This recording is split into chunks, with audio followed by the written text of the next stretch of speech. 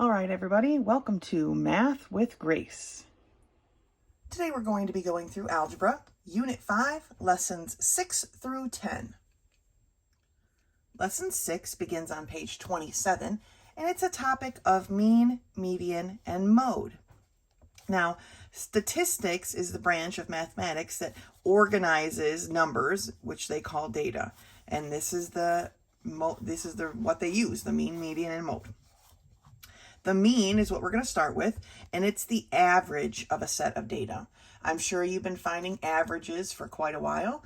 Now we just call it the mean. And so to find an average here in example 1, you add up all the pieces of data, and then you divide by the number of data in the set. So here we have 1, 2, 3, 4, 5 numbers in the data set. So once we add them up, we divide it by 5, and we get our average, or the mean of the data set. Okay, so that's mean. Pretty straightforward. All of these are pretty straightforward. The median is the middle number in a set when it's written in numerical order. Think of it like the median in the road. It's that middle part between usually two different ways of traffic, right? It's the median. Same thing, the middle number in a set, but you have to write them first in numerical order. So here's our set of numbers, not quite in the same order they had them up there, but here's our set of numbers. You have to rewrite them carefully because usually there's far more numbers than this. But when we rewrite them carefully and we find the one in the middle, that is our median of the set. Now, some data has an even number of data points, like this example here, okay? When we look for the middle, there are actually 2 numbers. So what we have to do then is add those 2 together and divide by 2. We have to find the average of those 2 numbers, and that is our median. So odd number in the data set, super easy. It's just the one in the middle. If there's an even number, we have to find the 2 in the middle, add them together, divide it by 2. We're finding the mean of the 2 middle ones, and that is our median.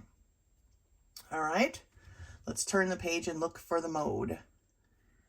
Now the mode tends to be the simplest one. Here we are at the top of page 28, and the mode is simply the number that occurs most often in a data set. Now it tells us here that if no number occurs more frequently than any other, so let's say in the data set there's only 1 of every number, or even if there were 2 of every number, there isn't one that occurs more often than the rest, then there is no mode. But if 2 different numbers tie for occurring the most often, then the set has 2 modes. In this set of data that they gave us, we only have one that repeats, and that's the 7. So the 7 is the mode of the set. Okay, so modes are pretty simple. So let's take a look at these. Find the mean, median, and mode, round to the nearest 10th. Okay, well, let's start with number 1. First thing I want to do, it's kind of out of order, but I'm going to find the median. So I'm going to rewrite this in numerical order. So as I'm looking through here, I have a 1, and I like to cross them out because I don't want to miss something. And then I have another 1 right here. I have a 2. I have a 3. I have a 4. I have a 5. And I have a 9. Okay, so there's my data set rewritten in numerical order. So now that I've done that, I can find the median fairly easily, right? We have 1, 2, 3, 4, 5, 6, 7 numbers. So 3 is my median. It's the one in the center. So my median is equal to 3. My mode, I like to do these first because they're the easier of the two, or they just take less time, right? Which number in here repeats it more often than the rest? Well, it's these 1s, right? So my mode is a 1. Now I can go ahead and figure out the mean. So first thing I want to do is add all of these up, and when I do that, we get 25. And remember, when we counted the first time, 1, 2, 3, 4, 5, 6, 7, we have 7 data points. So we're going to take 25 divided by 7. and that is 3.571, but they want us to round to the nearest tenth. So we're rounding a 5 based on a 7. So it's 3.6 is our mean. Okay. So our mean is 3.6, our median is 3, and our mode is 1. Now, typically, the mean and the median are fairly similar. They're pretty close together, typically. The mode can be anything. It's just out there doing whatever, okay? Let's take a look at the next one. Here's a list of scores that Greg received in his Bible class, right? I'm going to, first thing, just like the last time, I'm going to write them in numerical order. And it looks like this 91 is the lowest, so that's where I'm going to start. 91. Then I have a 92. I don't have a 93, 94, but I do have a 95. I have a 96, 97, and a 99. So, median is going to be 1, 2, 3, 4, 5, 6. I have 6 numbers this time. So, to get my median, I'm going to have to add 95 plus 96 and divide that by 2, okay? That's how I'm going to solve for my median this time. So let's go ahead and do that real quick. And we get 95.5, okay? So my median is 95.5. None of the numbers repeat, so our mode isn't 0. Do not write mode equals 0, but we have no mode. Okay, because sometimes your mode might actually be 0. But if there isn't a mode, then we have no mode. So this one has no mode because they all are just there one time. There's no repetition at all. And so the final step then is to solve for the mean. First thing we're going to do is we're going to add all these numbers up. And when we add them, we get 570. 570 divided by the number of data points. 1, 2, 3, 4, 5, 6 data points, okay? 570 divided by 6 is 95.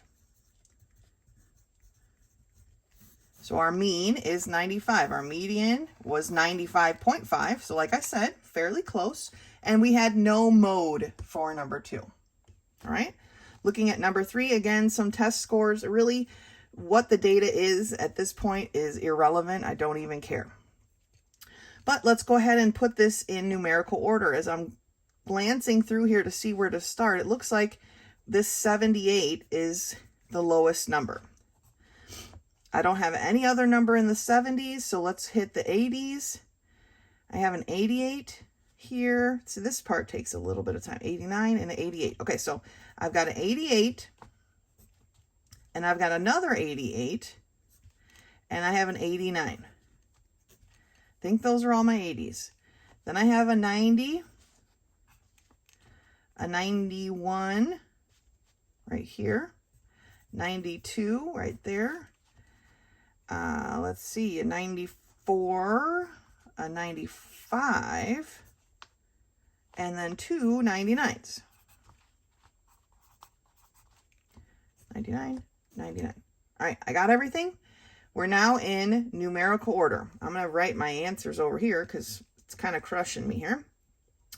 So my median and my mode equal. I have 1, 2, 3, 4, 5, 6, 7, 8, 9, 10, 11 data points. I'm just going to go ahead and write that right there, right? You might as well get my fraction set up. So, but knowing there's 11 data points, I have a middle. 1, 2, 3, 4, 5. It's this one right here. So my median is 91. What about a mode? Well, I know I have 2 88s right here, but I also have 2 99s. So my mode is 88 and 99. I've got 2 modes, which is fine. Now I need to find the mean. And I need to add all these numbers together and put it on top of this 11, right? So that's my next step. So let's do that. Let's add these all together. Okay, so when I added these up, I've got 1,003. Now, when you're adding a long set of numbers like this, really take the time and add it twice. I added them up twice, made sure I got 1,003 both times. That way, if you made an error on the first one, you skipped a number or you put one in twice on accident, you'll hopefully be able to catch that the next time you do it. Okay, so 1,003 divided by 11 is 91.18. They want it rounded to the nearest tenth.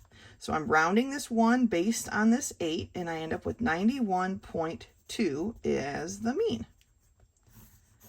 Okay, our median was 91, so pretty darn close, right? Usually the median and the mean are pretty close. Like I said before, the mode is all over the place. It's whatever. All right, so mean is the average. Adding them all up, dividing by the number of data points. The median is just simply, once you've written them in numerical order, it's just the one in the middle. And the mode is simply the one that is repeated most often. That's it. Mean, median, and mode. Lesson 6. Good job. Lesson 7 begins on page 32, and it's solving inequalities. And it tells us right here that with one exception, inequalities can be solved using properties identical to those for equalities when something is equal. So when we solve this example, x plus 6 is less than 57, we want to get x by itself. To get x by itself, we have to get rid of this positive 6. To do that, we subtract 6 from both sides, and we find that x is less than 51. That's it. We've solved it, okay? Just like you would have if that was an equal sign. Same here. We have x divided by 3 is greater than 5. X is being divided by 3. We're going to do the opposite and multiply both sides by 3. We get x is greater than 15. Again, exactly like you would solve it if there was an equal sign there. Where the difference comes in, I'm going to scooch up here to the top of page 33. Where the difference comes in is if we have to multiply or divide by a negative number, okay?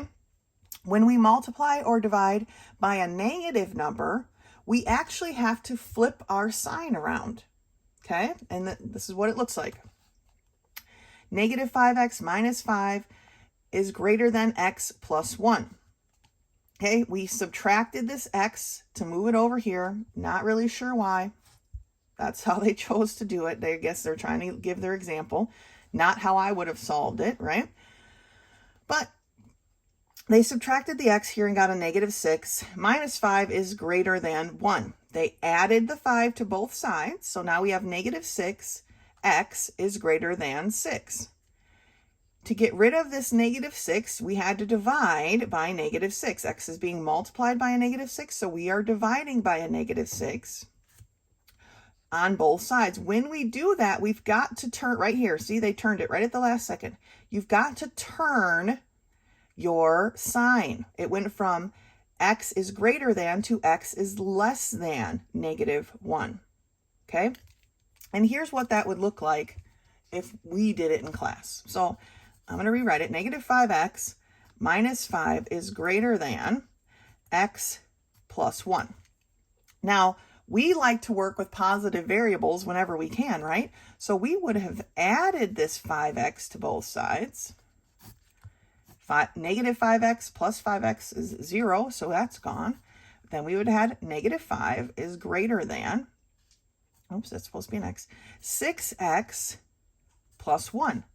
Now we have to get rid of the outlier, right? 1 is being added. We're going to do the opposite and subtract. 1 minus 1 is 0, so we have 6x. Okay, we're keeping our sign the same because we haven't divided or multiplied by a negative number yet. We're just adding and subtracting. Negative 5 minus 1 is a negative 6. Now here, our x is being multiplied by a positive 6. So we're just going to divide by 6 on both sides. It still doesn't change our sign. Negative 6 divided by 6 is a negative 1. Now, other than the fact that I have my x on the different side of the inequality, it's exactly the same thing. X is less than -1 is the same as -1 is greater than X, okay? Can you see that the point of our sign is facing the X both times? This is how I would have solved it.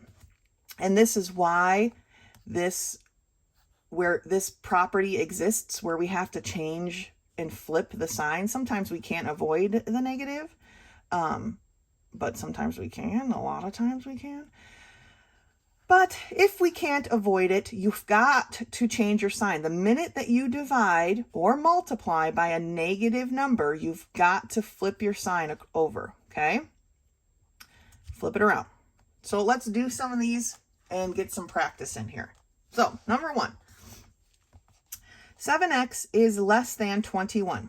7 is being multiplied by x, so we're going to do the opposite and divide. Remember, we're dividing by a positive number, so it doesn't change anything. Okay? X is less than 21 divided by 7, which is 3. Okay? For number 2, we have x plus 5 is less than or equal to 17. We want to get that x by itself. We need to get rid of this outlier. The 5 is being added. We're going to do the opposite and subtract. And we have x is less than or equal to 17 minus 5, or 12. Okay, neither one of those times did we have to even think about flipping our sign. But here for number 3, we do, okay? -4x is greater than -20. This x, it needs to be by itself. It's being multiplied by a -4, so we're going to do the opposite and divide by a -4. As soon as we divide by a -4, we've got to flip the sign, okay? And I usually draw an arrow so that I make sure I don't forget. Flip the sign. Negative divided by a negative, our answer is going to be positive. 20 divided by 4 is 5. X is less than 5. Let's keep going. Number 4. -2x minus 18 is less than -16. Okay, again, we've got to get the x by itself. It's being 18 is being subtracted from there, so we're going to do the opposite and add. That does not change our sign. So we have -2x is less than -16, so we went down 16, but we came up 18, so we are at a +2. Now we've got to divide this -2x by a -2, right? The x is being multiplied by a -2. We're going to do the opposite and divide. X is greater than, because we flip our sign, 2 divided by a -2 or a -1. Okay, 2 over 2 is 1. The negative stays. So x is greater than -1. All right. Number 5. X over 5 plus 10 is greater than or equal to 13. We got to get rid of this plus 10 first, so we're going to do the opposite and subtract. X over 5 is greater than or equal to 13 minus 10, or 3. X is being divided by 5. We're going to do the opposite and multiply. And we're left with x is greater than or equal to, because we did nothing for us to have to change the sign, 3 times 5, or 15. Last one. -x over 6 minus 9 is greater than or equal to -2. Again, x by itself, we got to get rid of the outlier first. The 9 is being subtracted. We're going to do the opposite and add. We're left with -x over 6 is greater than or equal to -2 plus 9, down 2, but 9 extra gives me a +7. Okay? Now, this entire fraction is negative, and the x is being divided by 6. Okay? To get rid of that 6, we are going to multiply, but we're going to multiply by the -6 so that we can get rid of the negative sign by our x, okay? When we multiply by that -6, it's going to change our sign. So now we have x is less than or equal to, the equal to part stays, okay? Less than or equal to 7 times a -6, or a -42. Okay? Changing, we multiplied here by a negative, we changed our sign.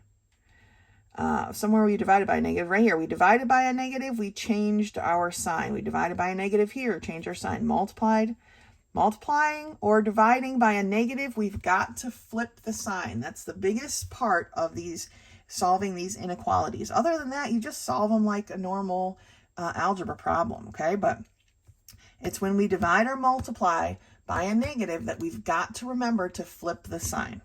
All right? That's lesson 7.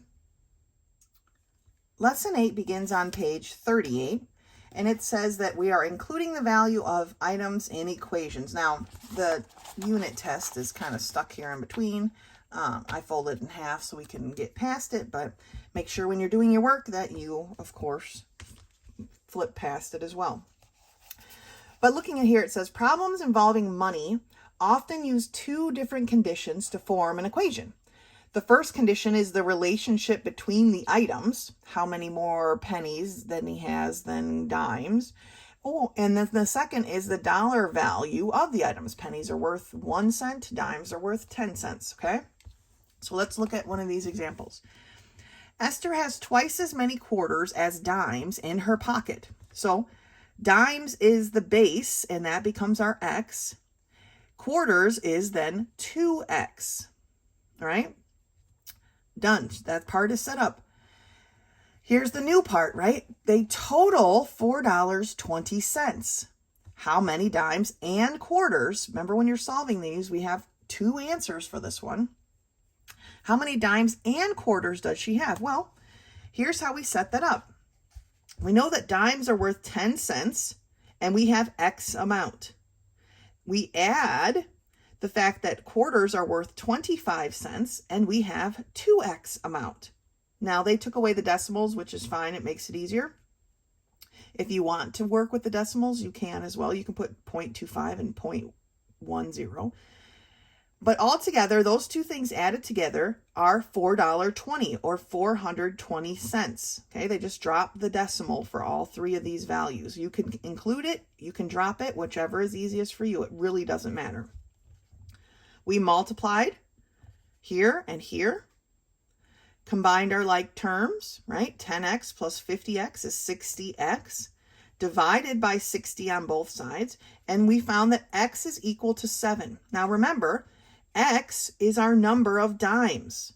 So our number of dimes is 7. She has 7 dimes in her pocket, but then we have to figure out how many quarters she has. She has 2x amount of quarters, so 2 times 7, or 14 quarters. So she has, and please label it. I need to be able to see that dimes equals 7 and quarters equals 14. Okay? Quarters or Q equals 14, D equals 7, however you want to do it, I need to be able to distinguish what's what. That's a lot of coins, though, to be carrying around in your pocket. Now, here is the steps that they give. You know, they like to simplify it into these steps. So here is that list here for you to look at. But let's turn the page to 39 and take a look at another example here. For this example, they like to do these examples quite a bit. It's like a restaurant doesn't know how to keep track of their stuff, so we have to figure it out for them. Carol's Cuisine Catering Service served 185 meals one evening, having total receipts of $1,935.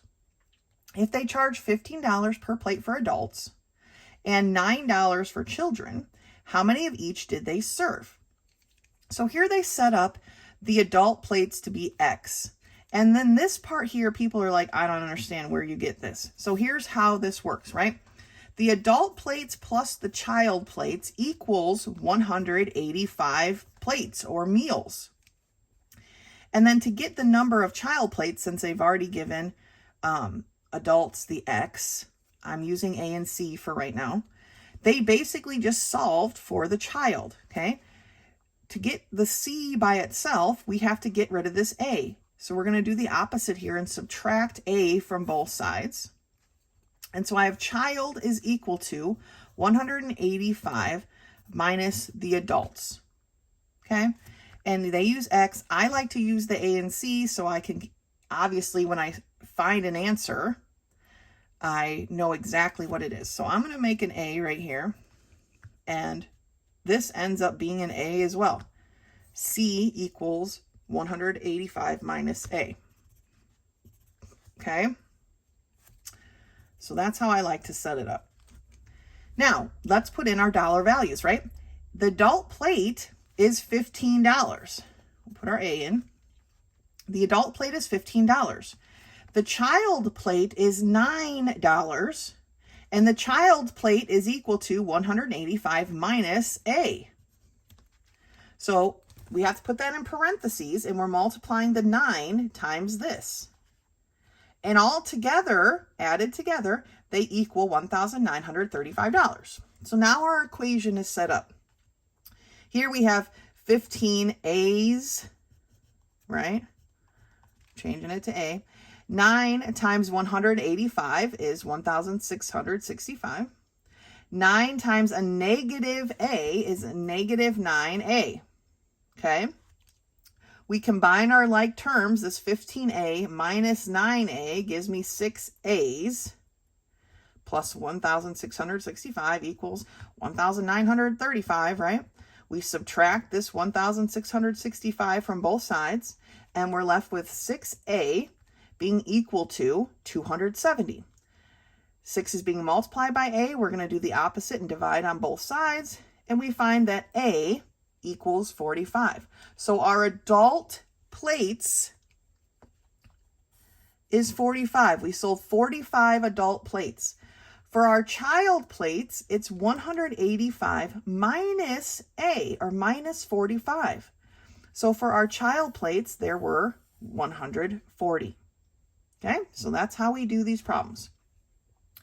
That's how we get this number. This probably achieving this number is the most confusing for people, but this is the setup, right? The number of adult plates plus the number of child plates equals the total number of plates served. And then you just pick one and subtract, okay? Usually it's best to solve for the child because their value is not the children themselves, but the meal value is less than the adult meal value. Okay, well, let's do some of these and we can practice them together. Number 1, Susie operates a catering service. One evening she served 96 people, but she didn't count the number of children or adults that she served. Silly Susie. She charged $12 for adult plates and $8 for child plates and made a total of $916. How many children had Susie served? Okay, so now they only want to know how many children. They don't want both answers, which is fine. But we know that our adults plus our child's is 96, right? Because she served 96 people. So if we solve for child's, we're going to subtract adult from both sides. And we see that our child plate is equal to 96 minus the number of adults. Okay? Now we can set it up with the dollar parts. An adult plate is $12.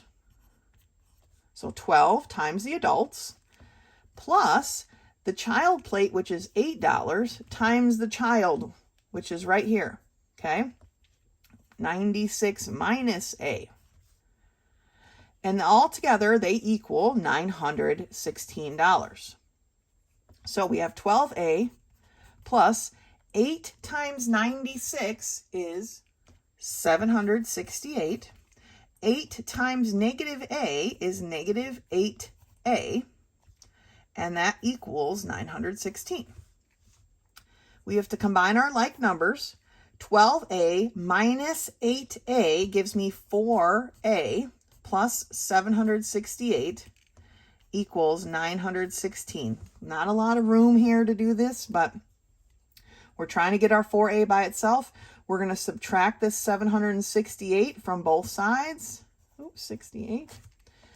And then I'm going to move over here so that I have 4A is equal to 916 minus 768, or 148. 4 is being multiplied by A. We're going to do the opposite and divide. And we see that A is equal to 37. we've solved for the number of adults served, right? But that's not what they wanted. They want to know how many children. So my children equals 96 minus the number of adults, which is 37. 96 minus 37 is 59. The number of children, and C equals is sufficient, or you can write children, that's fine too. Put it in a box, circle it, something that makes it stand out, because that's a lot of math work, right? The number of children served were 59. Okay?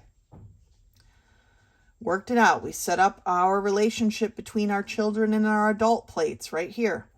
Then we set up our equation that included the dollar value of the plates and the total dollar amount they collected. And we solved. All right, let's look at another one, number 2. One day at the post office, Marcia sold 65 stamps to a customer for $26.55. Some of the stamps cost 47 cents and some of the stamps 31 cents each.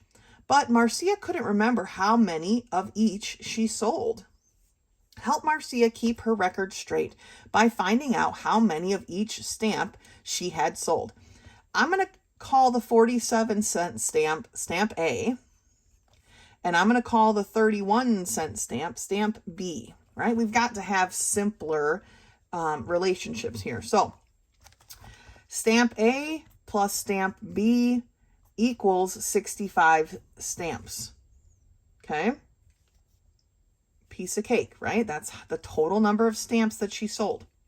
Now, I'm going to solve for B, so I'm subtracting my A from both sides so that my B is equal to 65 minus A. All right, now I can set up my problem with my dollar amounts, right? Stamp A is 47 cents. I'm going to drop the decimals. 47A, and I'm going to add that to stamp B, which is 31 cents, but B is equal to this, 65 minus A. And altogether, it's $26.55. I'm dropping the decimal, so I don't have to deal with it. You could keep the decimal in and have 0.47 here, and 0.31, and 26.55, but you're going to get the same answer either way. So let's solve. 47A plus 31 times 65 is 2015. 31 times negative A is negative 31A equals 2655.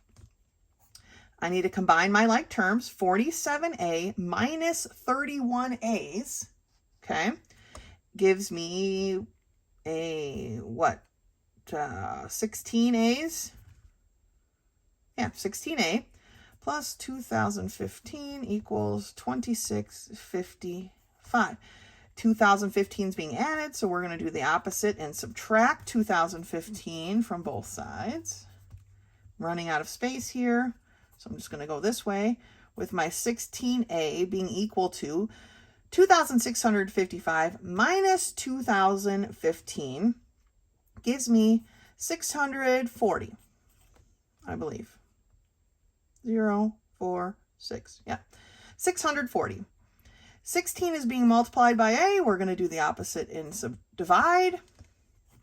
And it's squishing it in here, but my A is going to be equal to 640 divided by 16. And that equals 40. Now, they want to know how many of each stamp she sold. So, for the 47-cent stamps, she sold 40 of them, right? Because we labeled our A, stamp A was the 47-cent stamp. So she sold 40 of the 47-cent stamp. For stamp B, or the 31-cent stamp, she sold 65 minus 40, or 25. Okay, this is how your answer should be labeled. Not stamp A or stamp B. Once we've got to this point, we can label it what it is. 47-cent stamp, she sold 40 of them. 31-cent stamp, she sold 25. Okay? Good job. Let's flip the page and do another one. Kenneth has 8 more pennies than dimes in his pocket. What is our base? Our base is dimes, right? So this one we can just set up a base and then set up the other one, pennies. 8 more pennies. So it's the dimes plus 8. All right, that's how we've been practicing these. There's how we can set those up. The value of the dimes is twice the value of the pennies. How many dimes and pennies does Kenneth have? So this equation is slightly different, right? We're not adding them together and here's how much money he has. It's saying here that the value of the dimes is twice the value of the pennies. So our value of our dimes is 10 cents, right? Times our dimes, which this time we used an X. The value of the dimes is, okay, that's our equal sign, twice, okay, the value of the pennies. Well, the value of a penny is 1 cent times the number of pennies, which is X plus 8. Twice that is my value of my dimes. Okay, there we've set up the equation. The value of the dimes, so they're worth 10 cents. So 10 times the number of dimes that we have, that value is 2 times the value of the pennies, which are 1 cent, times the number of pennies that we have, which is X plus 8. So we have to solve this now using our order of operations, right? We have 10x is equal to 2 times 1 times x is x, 1 times 8 is 8. 10x is equal to 2 times x, or 2x, and plus 2 times 8, which is 16. I'm going to rewrite this over here so I have room to move.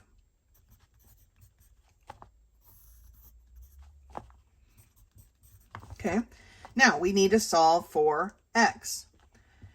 We've got an x on both sides of the equal sign. I want to keep my variable positive, so I'm going to move the smaller one, which is this 2x. I'm going to subtract 2x from both sides, and I get 10x minus 2x, which is 8x, is equal to 16. 8 is being multiplied by x. We're going to do the opposite and divide. And we get that x is equal to 2. But what did that tell us? Well, that tells me that I have my dimes are equal to 2 dimes.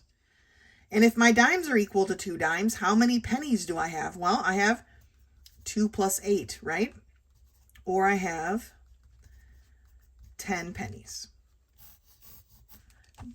Is 2 dimes worth twice as much as 10 pennies? Yeah, 10 pennies is worth 10 cents and 2 dimes is worth 20 cents. So yes, the value of my dimes is worth twice the value of my pennies, or Kenneth's pennies. Okay? So you need to follow what you're trying to serve for. How many dimes and pennies? Last time they only wanted one of the parts, right? This time they wanted both. Number 4. Miriam wants to help her siblings purchase a gift for her mother's birthday. She has 4 less dimes than pennies and 1 less quarter than dimes. Pennies is my x. Pennies is my base. Okay. Pennies are my base. So how does that relate to our dimes? She has 4 less dimes than pennies. So the number of pennies minus 4 is how many dimes she has. Well, what about quarters? She has 1 less quarter than dimes. Here's my number of dimes. X minus 4 is my number of dimes. And we're going to subtract 1 from that because she has 1 less quarter than dimes. Okay? Pennies is my base. She has 4 less dimes than pennies, x minus 4. She has 1 less quarter than dimes. Our dimes is x minus 4 minus 1. Or we could rewrite that as x minus 5. Okay? Her coins total 87 cents. So now they've added all her coins together and she has 87 cents. How many pennies, dimes, and quarters does Miriam have? They want to know how many of each coin.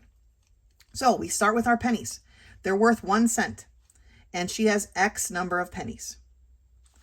Plus the dimes. Dimes are worth 10 cents. And she has X minus 4 dimes. Plus the quarters are worth 25 cents. And she has X minus 5 quarters. And all together, they are equal to 87 cents.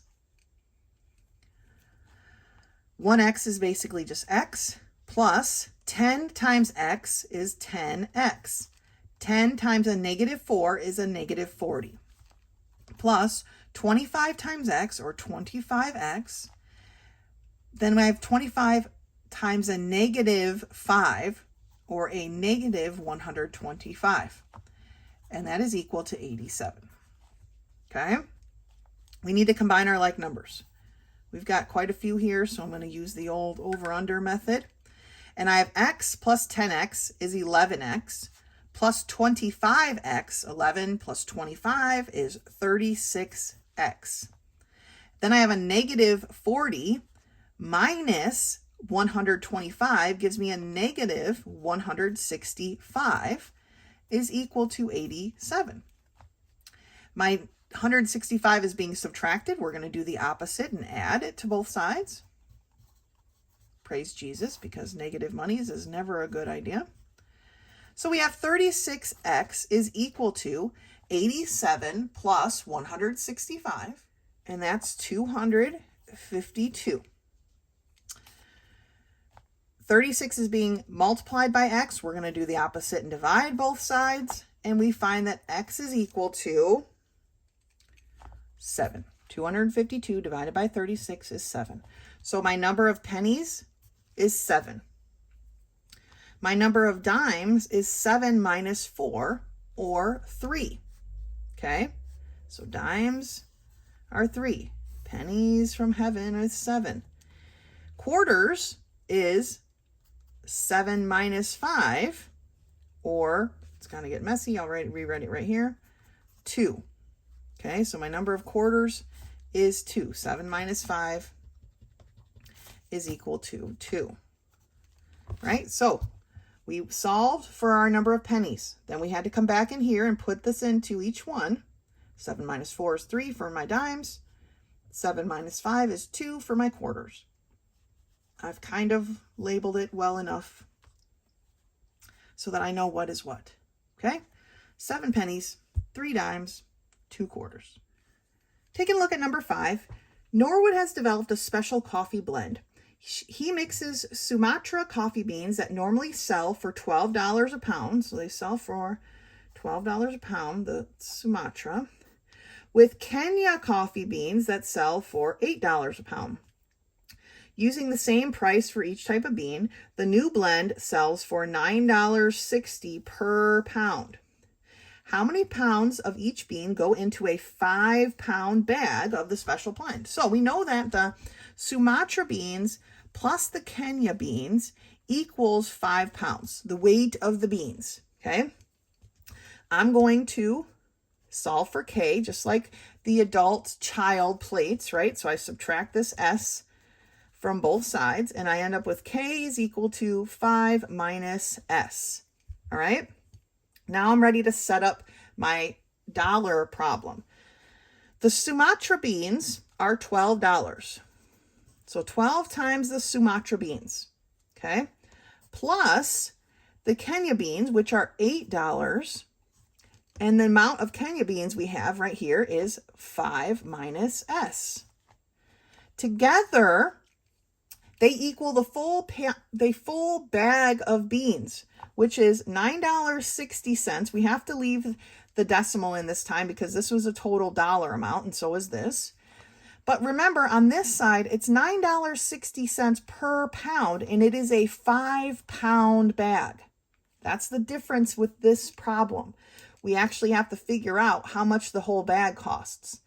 It's a 5-pound bag at $9.60 per pound, okay? So we have to figure this part out. It's just another step in this type of problem. 12 times S is 12S, plus 8 times 5, which is 40. And then we have 8 times a negative S, or negative 8S, is going to be equal to $9.60 times 5, or 48. $48. So the bag of beans is 48 bucks. I don't know if I don't drink coffee. I don't know if that seems like a lot of money to me. But let's combine our like terms. 12s minus 8s is 4s plus 40 equals 48. 40 is being added to this side. We're going to do the opposite and subtract it from both sides. And we're left with 4s is equal to 48 minus 40, or 8. 4 is being multiplied by s. We're going to do the opposite and divide. And I get that s is equal to 8 divided by 4, or 2. So for the, I want to write it out this time, Sumatra beans, Norwood, he uses 2 pounds. Okay, remember how many pounds? That's what we're looking for. Well, for the Kenya bean, it's 5 minus 2, or 3 pounds. So he uses 2 pounds of the Sumatra bean and 3 pounds of the Kenya bean. He blends that together for his special blend, which they don't give us the name for, which is fine because I don't even care. The difference with this problem is, right, we set this up just like normal. It's just like that, like adult child plates type of setup. We got our dollar values put in. It's just that on this side, it says $9.60 per pound, and he's selling them in 5-pound bags. So we had to do a little bit of math on this side of the equal sign this time. If we hadn't, this would have ended up with a negative number here, and we can't really have negative pounds, right? He used a negative 10 pounds of beans. That doesn't make any sense.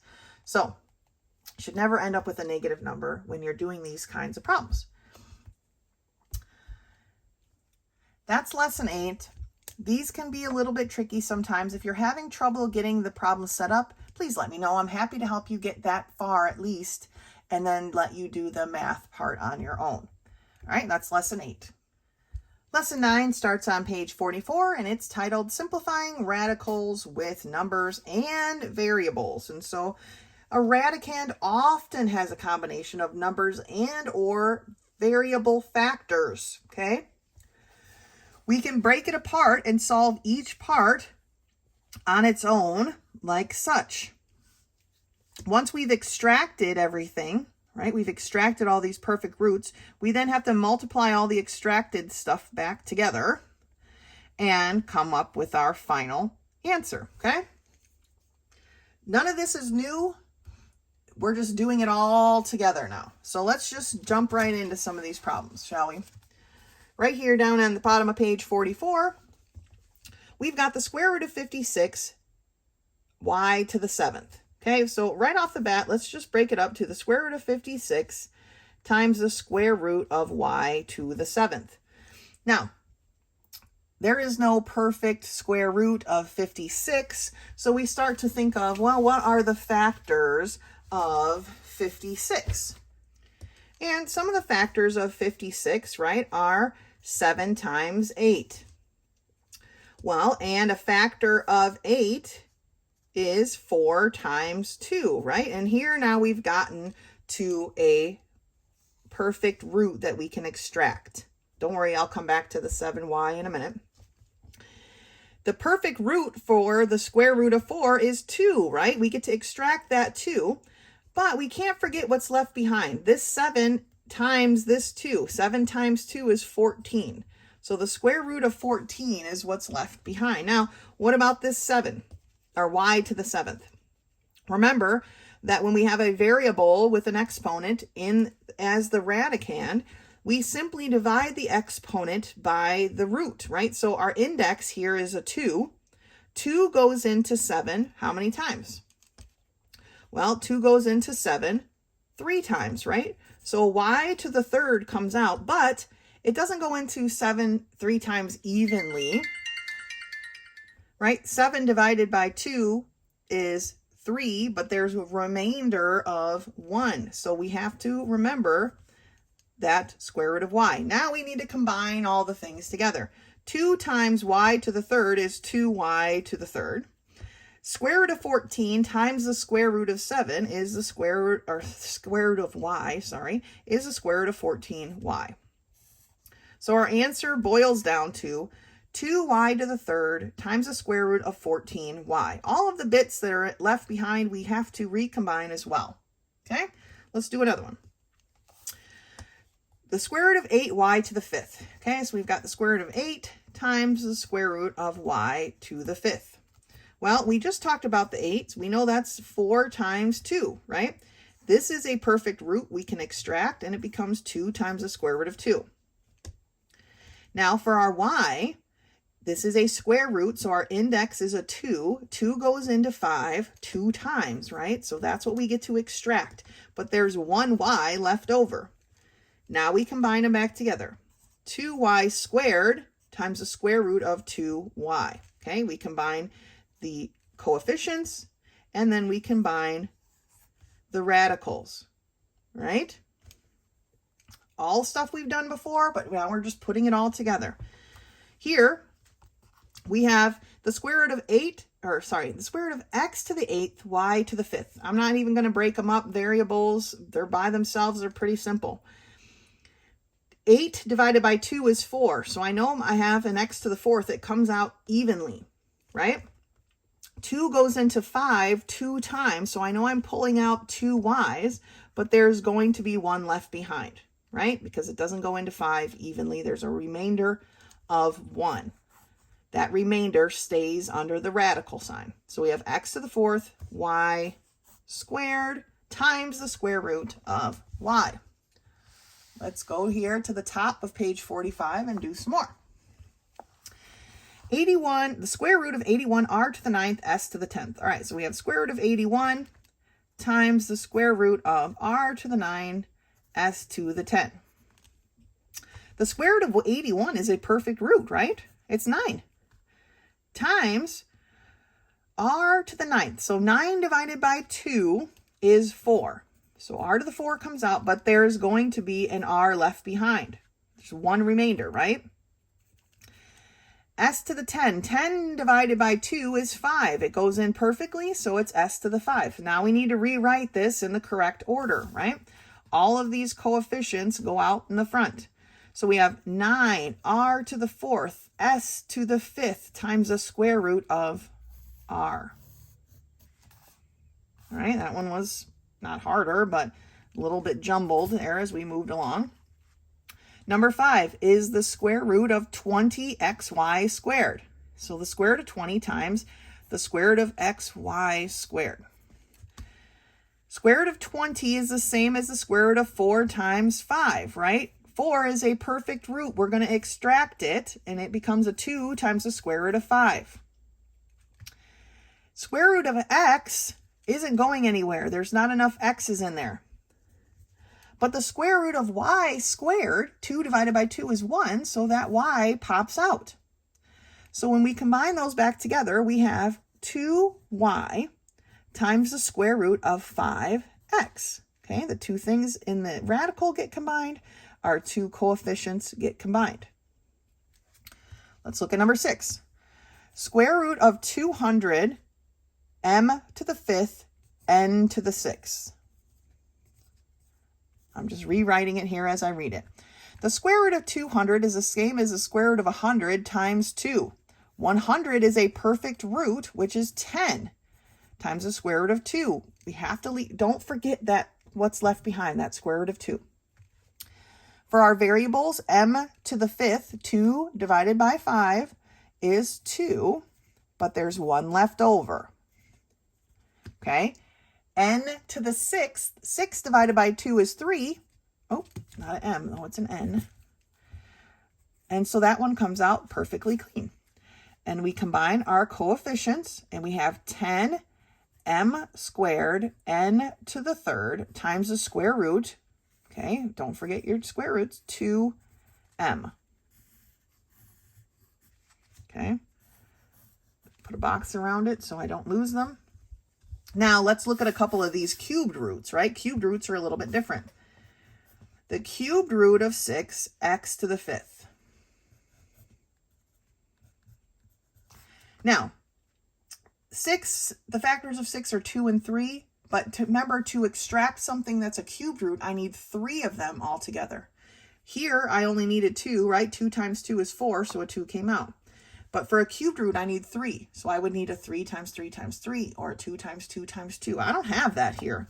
So this cubed root of 6 doesn't go anywhere. But this one does. The cubed root of x is to the 5th power. You take 3 and you divide it into 5. 5 divided by 3. 3 goes in there one time, right? So 1x comes out. But what's left behind? Well, there's still 2 more x's left behind. There were 3 here to pull this one out, and there's 2 left behind. Not to mention this, and it's a cubed root, so we want to label it that. So we now combine, this is the only thing that I was able to extract, and I have the cubed root then of 6x squared.